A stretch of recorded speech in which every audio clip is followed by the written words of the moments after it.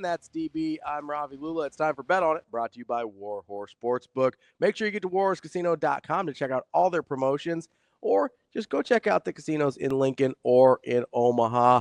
Keep your money on this side of the river. Place your sports bets at Warhorse Sportsbook. DB, have you heard the news?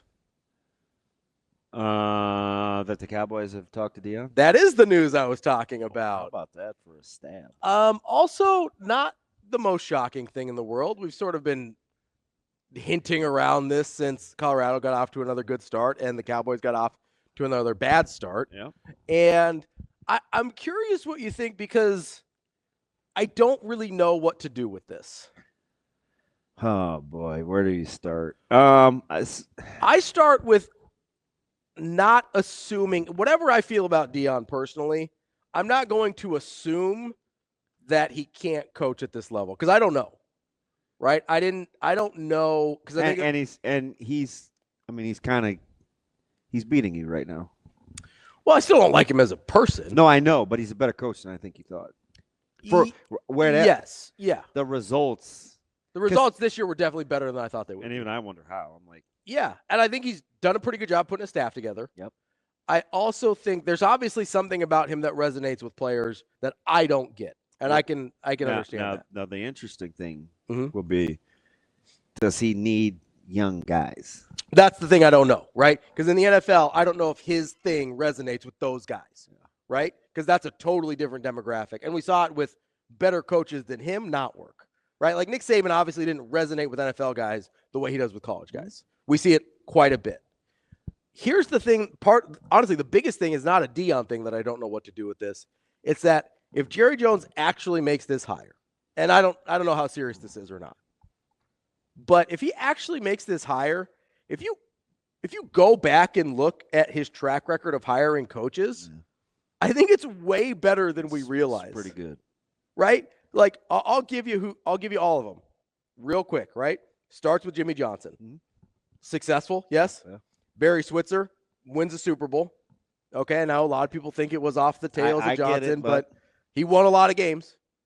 You had Chan Gailey, who was okay, not great, but he wasn't. I mean, didn't have a losing season in 2 years.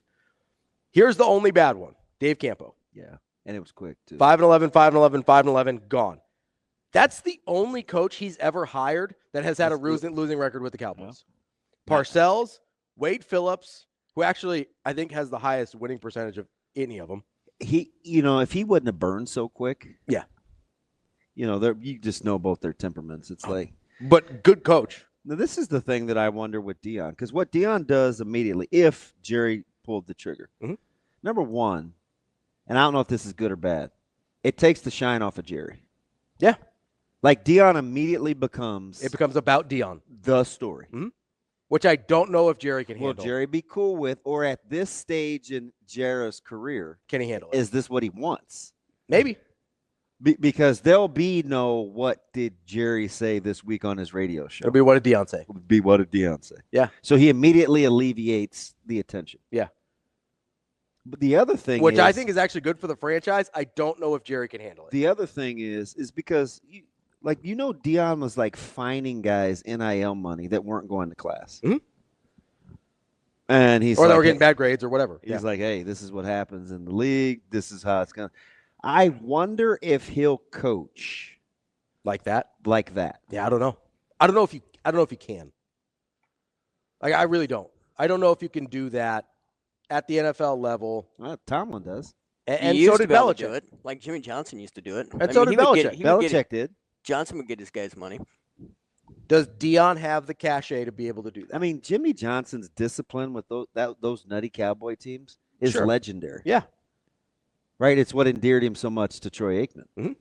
Because he sort of kept things under control. Yeah. As much as possible. It really got off the rails. Which is why Troy didn't like Barry. Yeah, it's really got off the rails when Switzer got there. Right? That's the accuracy of how it happens. But we tend to lump in Jimmy Johnson. Here's the other thing, era. though, too, with Jimmy. You know how he shot down the radio guys a couple months ago that kind of asked negative questions. He's like, I'll find somebody else to do it. Your job isn't to challenge me. And what Deion will also do is His peers aren't going to criticize him.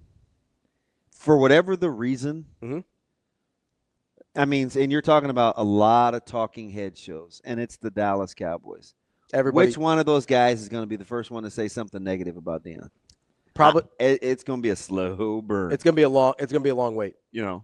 Especially if there's any successor. I mean, is Ryan Clark, who is notoriously critical of whatever, is he going to go in on him? I mean, is Stephen A. Smith? Is he going to? So here's what I wonder. Is Dan Orlovsky probably will. So here's what I wonder: will the NFL specific guys, which tend to be more critical, will they be harder on him than the national guys or the college football guys that tend to be a little softer? And I should not. I apologize for lumping.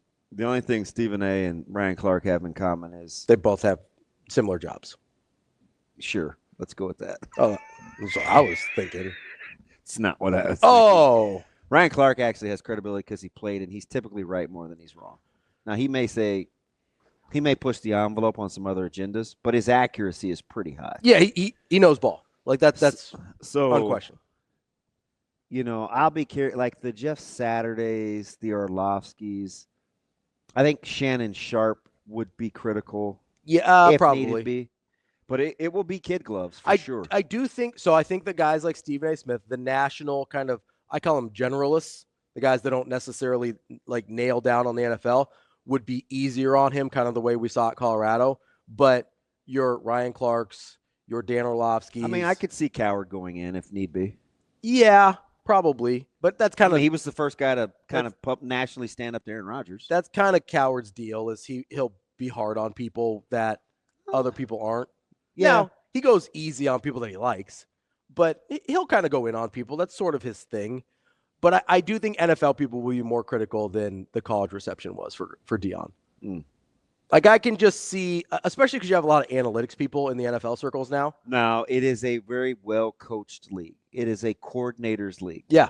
So he'll have to get that right. He'll have to. And he's put together some decent staffs. They may not have the shelf life. Right.